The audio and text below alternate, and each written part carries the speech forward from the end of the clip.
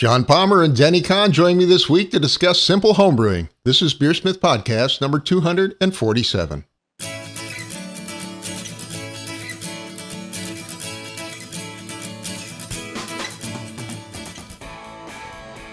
This is BeerSmith Podcast number 247, and it's late November 2021. John Palmer and Denny Conn join me this week to discuss simple homebrewing. Thank you to this week's sponsors, Craft Beer and Brewing Magazine. Every issue of Craft Beer and Brewing Magazine is packed with articles for homebrewers and beer lovers. They offer access to videos, brewing courses, exclusive articles, and the amazing Craft Beer and Brewing Magazine. Go to beerandbrewing.com to get your subscription today. And also the Brew Commander, the new brew house controller from Blickman Engineering. It's available in electric and gas propane models. The patent-pending Brew Commander is a high-quality brew house controller that offers automated step mashing, boil timers, precision temperature control, and advanced settings. Command your brew day with the new Brew Commander. To order yours today, go to blickmanengineering.com. Again, that's blickmanengineering.com. And I'm happy to say that the web-based version of BeerSmith is available now at beersmithrecipes.com. BeerSmith for the web lets you brew, edit, and create recipes from any browser, including your desktop, tablet, or mobile device. The new web version gives you access to tens of thousands of recipes, online recipe editing, advanced water tools, and much more. You can try BeerSmith Web for 30 days by setting up an account at beersmithrecipes.com. If you have a Gold, Platinum, or Pro license, you get both BeerSmith Web and the desktop version for one low price. Check out beersmithrecipes.com now to give BeerSmith Web a try. And now let's jump into this week's episode. Today on the show, I welcome back John Palmer and Denny Conn. John is the author of How to Brew, the Water Book, and Brewing Classic Styles. Denny is the author of Experimental Homebrewing, Simple Homebrewing, and Homebrew All-Stars. Today, they join me to discuss Simplified Homebrewing. John, it's great to have you on the show. How you doing? Good. Doing great. Glad to be here. A pleasure. I understand it was your birthday yesterday. Is that correct? Yeah. Just adding another gray hair to the list. John, you're 29, if I remember, right? Something like that. And Denny Conn joins us as well. And Denny is just, about 30, right? Yeah, right, man. 30, about 40 times over. Yeah. Well, it's great to have you both here. And today you guys wanted to talk about simple home brewing. And I thought I'd start with John. John, what are some of the advantages of simplifying your brew day a little bit? I would say the biggest one is time and effort spent cleaning. Yeah. I mean, I think back to brew systems of yore where I would, spend a good hour, maybe 2 hours cleaning up afterwards, washing kettles, cleaning lines, taking down all the pieces and making sure they're clean for the next time. And these days with a more simplified system, it's maybe half an hour. Awesome. Well, Denny, why do you think simple homebrewing is a good idea? Because it makes homebrewing more fun and less of a chore. I have come to the point in my homebrewing after 25 years and 587 batches where all I really care about is having a good time when I brew. That's the point. And it can be because there's less cleanup to do, like John mentioned. But overall, it means that you're not worrying about stuff that may not affect your beer quality whatsoever. That's right. Yeah. So, have you guys been brewing on a simpler system these days? John, how about you? Yeah, these days I'm brewing on an 2.5 gallon batch size, all in one. And so one of these like tabletop kind of systems. Yeah, for myself, it's the Anvil Foundry, which is a very nice little system. And I like the small batch size, the ease of use, and like I said, the short cleanup. It makes the brew day a lot less stressful, and get a lot, therefore a lot more fun. Yeah, I think one of the advantages of brewing a little more often too is you get to brew maybe a wider variety of beers too, right? That's right. Yeah. And how about you? I think, Denny, you mentioned you have a large number of options to pick from in terms of equipment now. Yeah, my two main systems that I use these days are both from Grainfather. I've got a G40 and a G70. The G70 will go up to 70 liters. I generally use that to make 12 gallons of IPA at a time because my wife, if it doesn't have 70 IBUs, my wife isn't interested in it. Mm-hmm. So, I make double batches of IPA that I can just like stash away and keep supplied. I also have a G40, which goes up to 40 liters. I generally make 6-gallon batches on that, but I can go down as low as 3 gallons with that, which I do occasionally also. But it makes brewing really fast and easy cleanup, especially like John mentioned. And the easier it is, the more fun I have. As I've said for 25 years, my brewing is driven by laziness. And John, you had kind of an interesting take on sort of the history of home brewing and how people were brewing long before we even understood the science, right? Oh, yeah. I mean, when you think about it, we've been brewing at least 10,000 years. Barley was one of the very first domesticated cereals. And so, if you think about it from that standpoint, for 98% of our history, home brewing has been brewing. It's only in the last couple hundred years that it really scaled up and became a kind of industrial with very large quantities, 1 million barrels per year and up. So I think understanding that home brewing is good brewing, that you don't have to complicate it, takes a lot of the stress out of it. I can go on and on about this, but I think that's the basis to start from. And John, I think you've seen my presentation I do on designing beer when I usually talk at the very beginning about how a lot of the technical aspects really came about kind of in the late 80s and early 90s.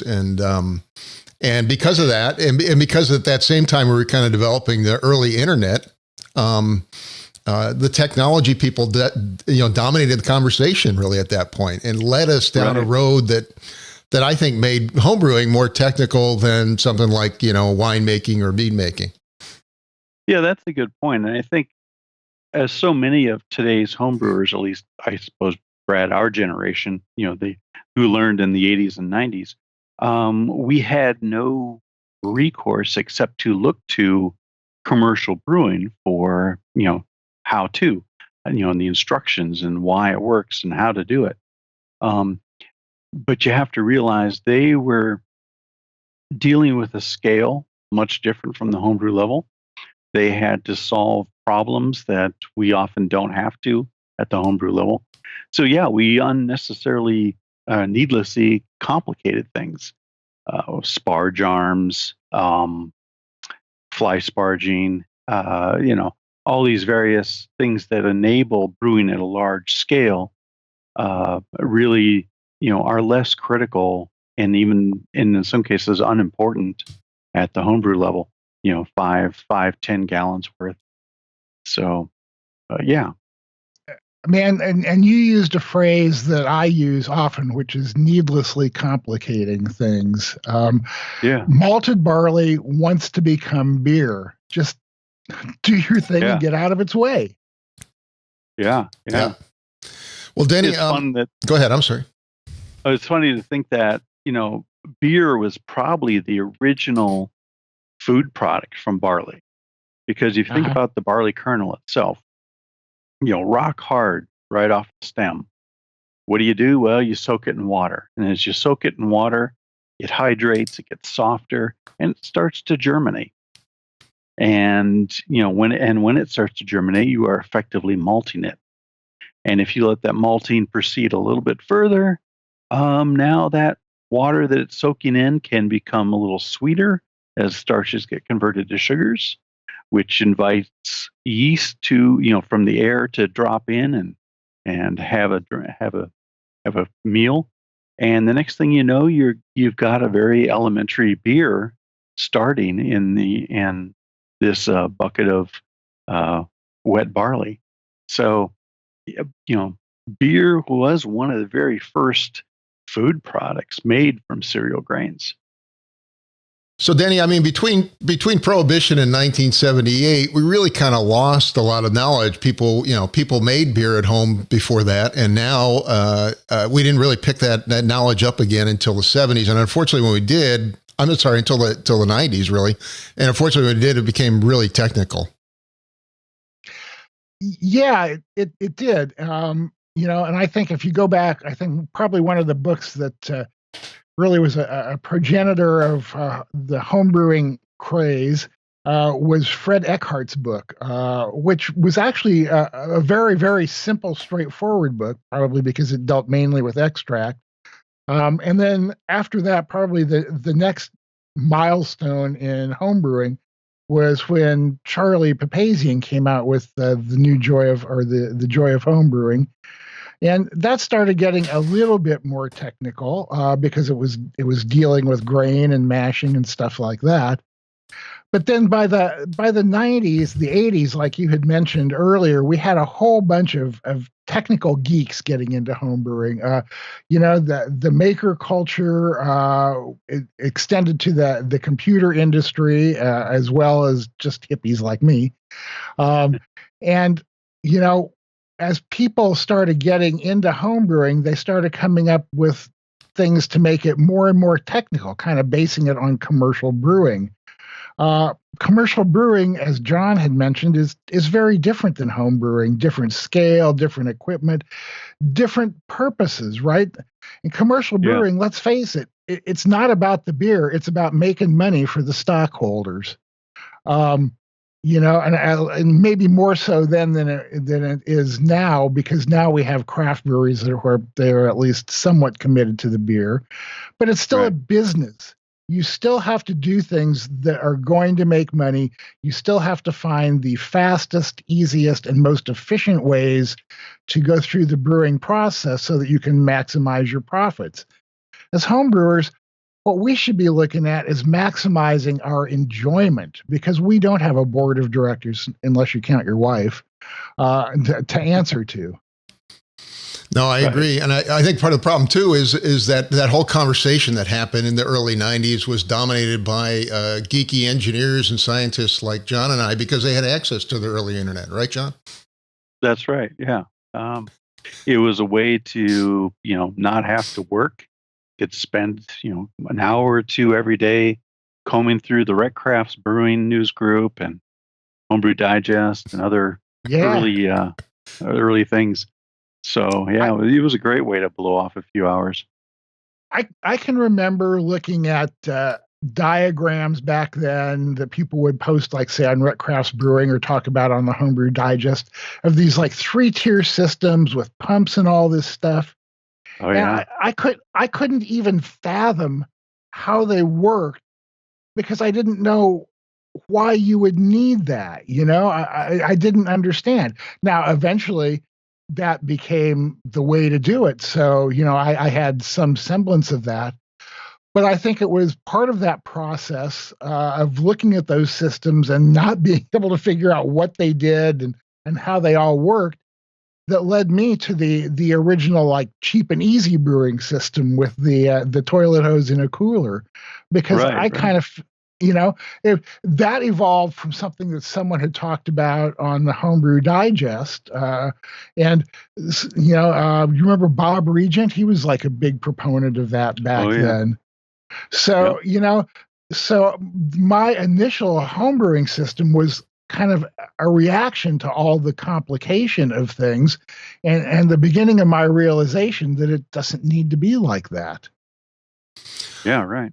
I agree. Let's step back, though, Denny, and let's talk a little bit about the brewing process and some ways to simplify it. So, Denny, maybe you can start with your shaken, not stirred approach to starters, since usually that's one of the first steps in making a batch. Yeah, this is something that has really, really done a lot to change my brewing. Just in a nutshell, some years back, a guy named Mark Vandita showed up on the AHA forum, and it became pretty apparent that Mark knew more about yeast than most people knew there was to know about yeast. He has made a real point of studying yeast for many, many years. And he was really a proponent of the approach that cell count doesn't really matter as much as the health and vitality of your yeast. So what he started advocating was a method called shaken not stirred, also known as the 007 approach, if you want to get cute. And it's kind of like what we all did back when we first started making starters about, putting the starter in like a jug of some sort and shaking it every time you walk by.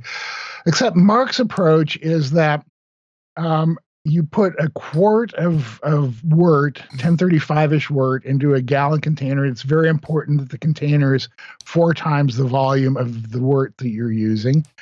You shake the crap out of it until it's full of foam.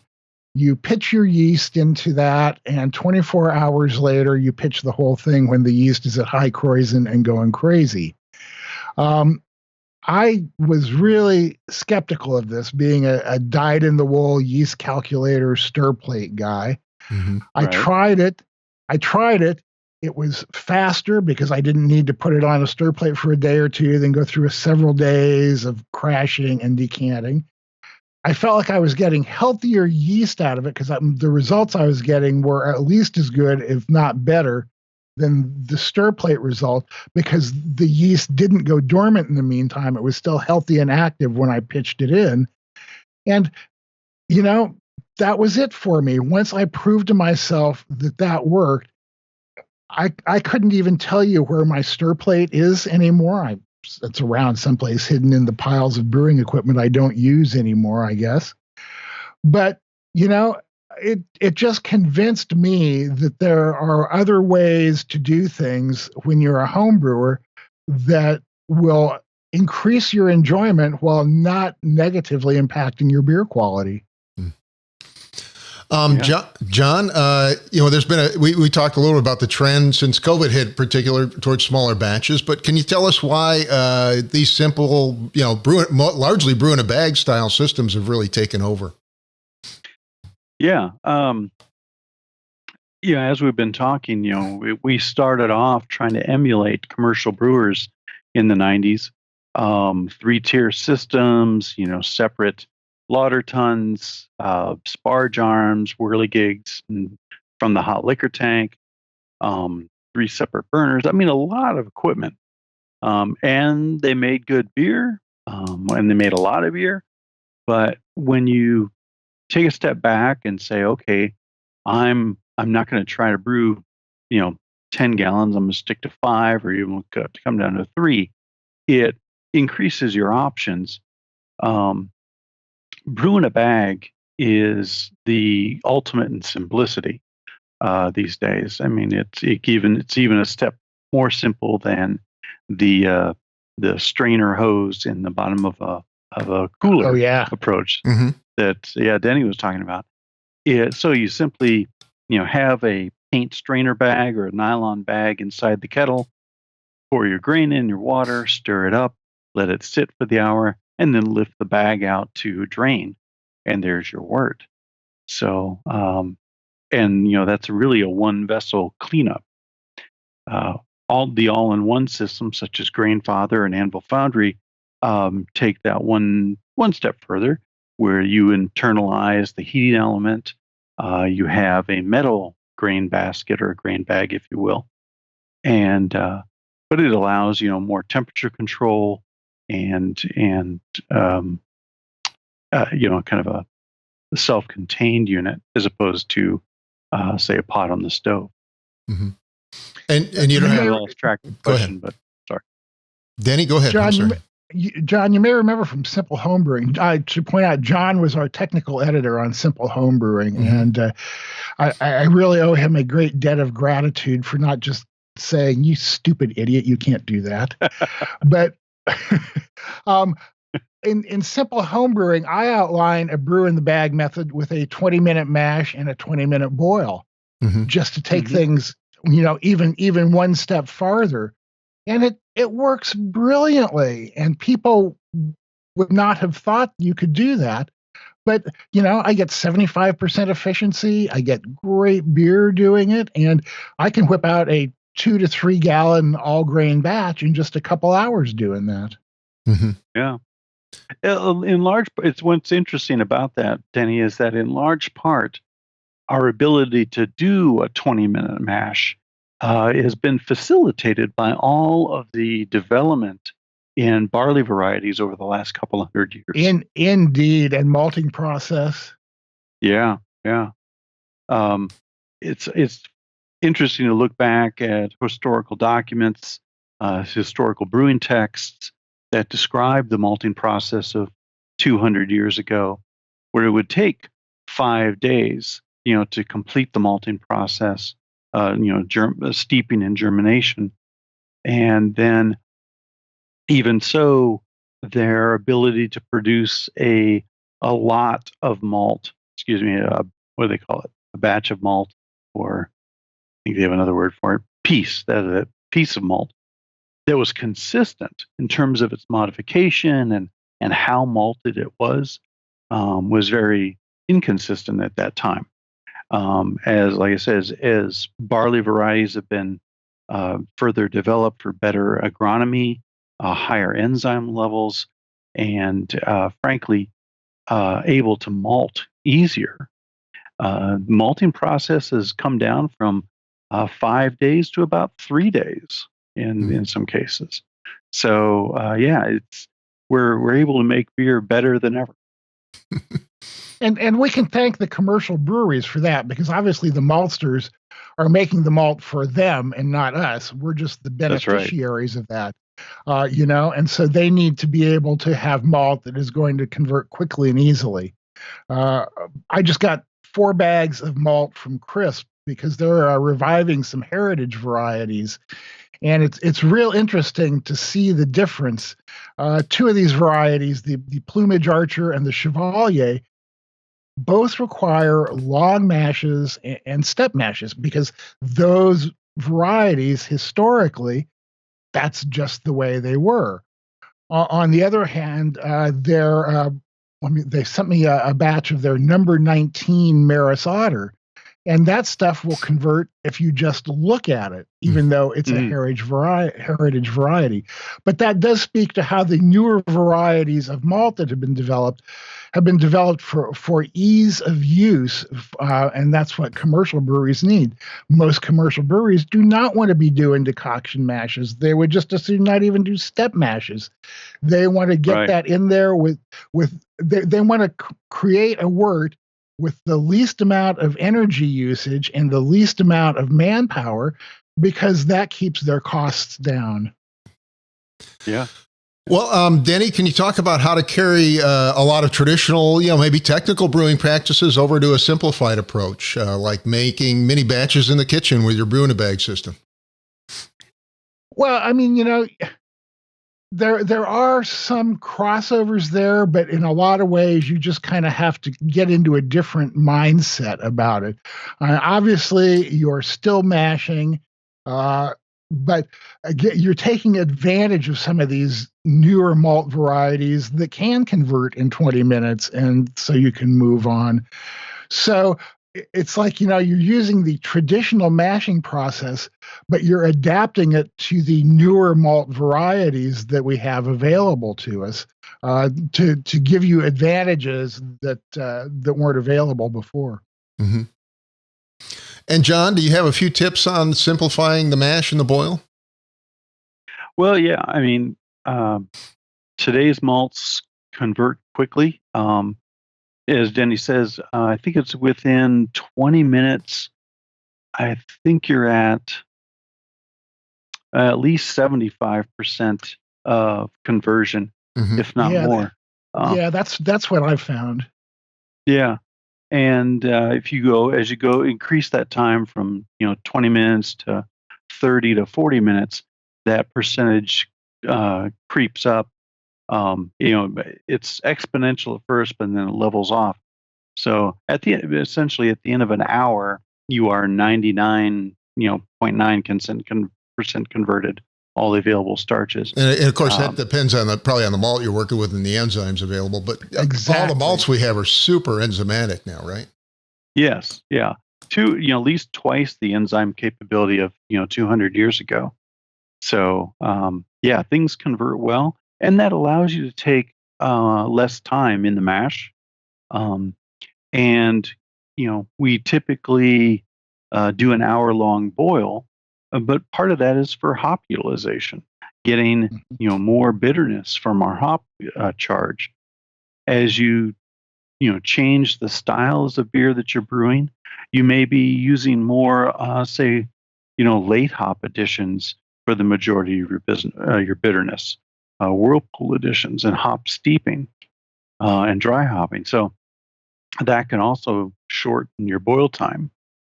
Now, as a counterpoint to that, though, I do want to say that I still prefer the flavor of beers with a 60-minute addition. I think I get a cleaner bitterness, I just probably fewer volatiles too. I mean, one purpose of the longer boil is to boil off volatile chemicals like DMS, for example. Exactly. So DMS and some other aromatics from the hops. Go ahead, Denny. If you get a good vigorous boil going, you're rid of DMS in 20 minutes. And what I found was in relation to bittering with my 20-minute boils was if I double my bittering hops, more or less, you want to use software to do it, but you come out with pretty much the same bitterness. And then obviously your later additions stay the same because they're not really dependent on boil time. One point I've made too is, I'm sorry, John, but one point I've made too is it also depends on the style of beer you're making. So I mean, if you're making this, super light lager or Kolsch or something like that, then, the longer boil time and some of these other things probably matter.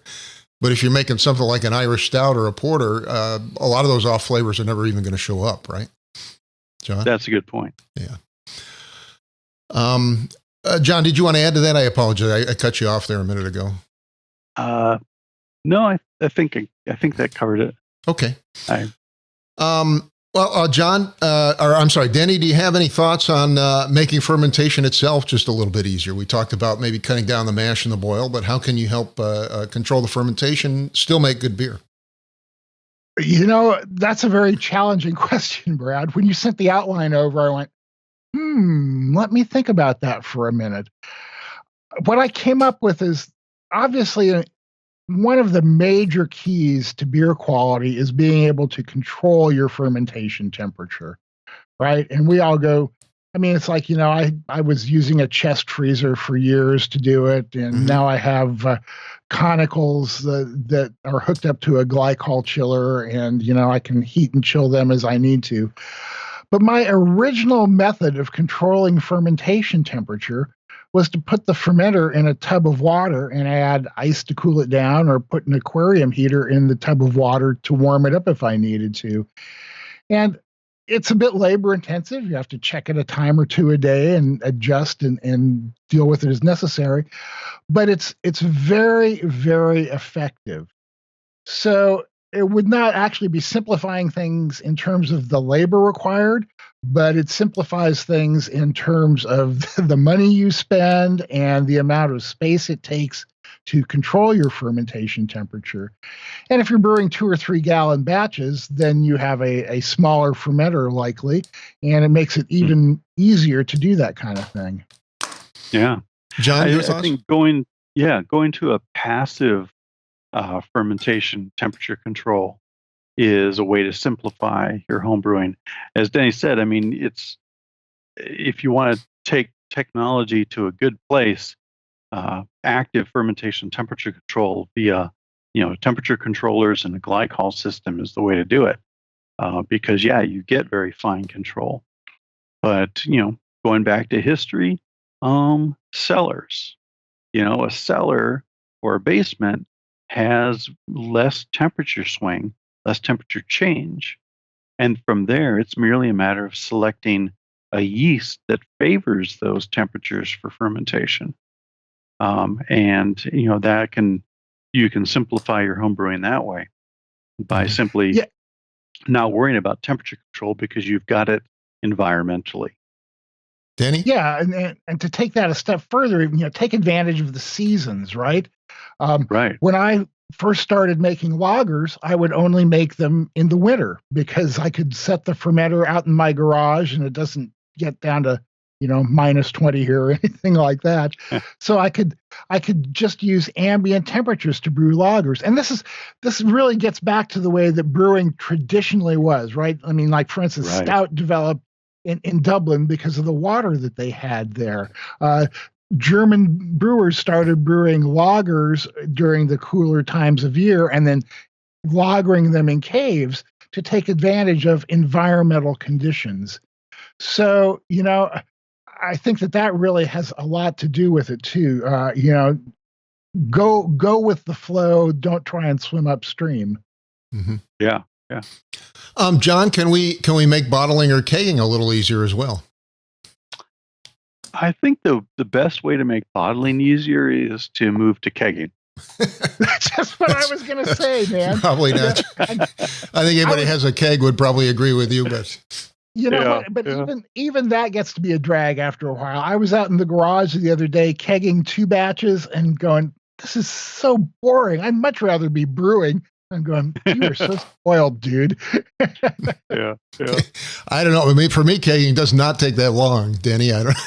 No, me either, Brad. It took me 20 minutes, but I was still bored out of my mind by the time I got done. That's probably a feature of the digital world we live in now, right? But go ahead, John. Yeah. Right. Yeah, first world problems. My biggest problem with kegging is getting my arm inside of the little, cap at the top to clean it out.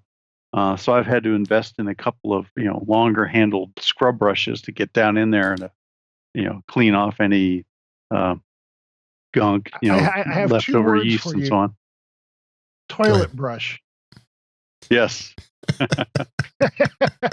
Actually, the cleaner that I'm using, I never even have to worry about scrubbing, so it just eliminates that for me and enhances my laziness. Yeah.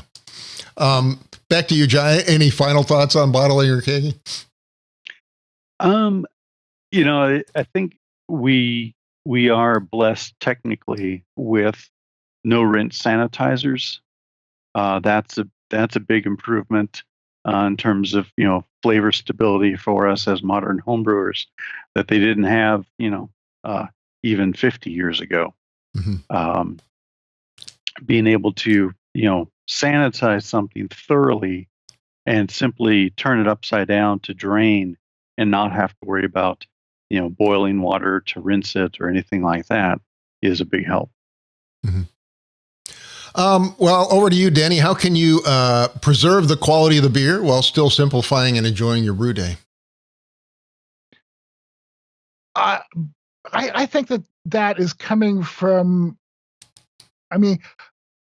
that kind of assumes that by simplifying things, it will reduce the quality of your beer. Mm-hmm. And that's not necessarily the case. As long as you keep in mind the same principles you had as when you were doing more extensive processes, you learn why things work the way they do. Like, for instance, the shaken, not stirred starter. The reason that I don't need to worry about using a yeast calculator and a stir plate is because I know the principle that within an hour of the time I put that starter into my beer, it's going to grow so quickly, the cells are going to multiply, that I will essentially have as many cells as I would have if I had cared about getting a cell count going in the beginning. Mm-hmm. So I think that the key is to understand how and why things work, and that allows you to simplify your process, but you're still working with the same principles as when you had a more needlessly complicated process. That's right. Well, John, for a few years now, I've been pushing the idea that flavors are as important or maybe even more important than the technical part of brewing, and I wanted to get your thoughts on that. Oh, yeah. I mean, just because you're a technical brewer doesn't mean you're going to make the best beer. Understanding beer flavors, just like a chef understands food and food flavors, is the real key to making great tasting beer. I mean, you look at the myriad of homebrewers that brew without paying attention to the chemistry, without knowing the difference between a centrifugal and a displacement pump and all these other things. They're able to brew award-winning beers because they have that that instinctive understanding of where the flavors in the beer are coming from. It always comes back to sanitation and consistency and attention to detail, but it's an understanding of when those details are important and when they're not.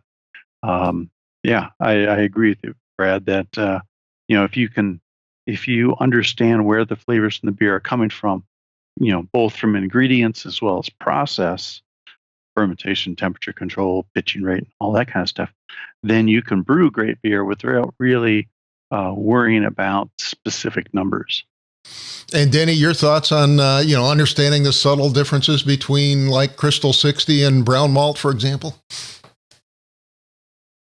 There's nothing like experience, Brad. And Drew and I always say the best way to learn about brewing is to brew.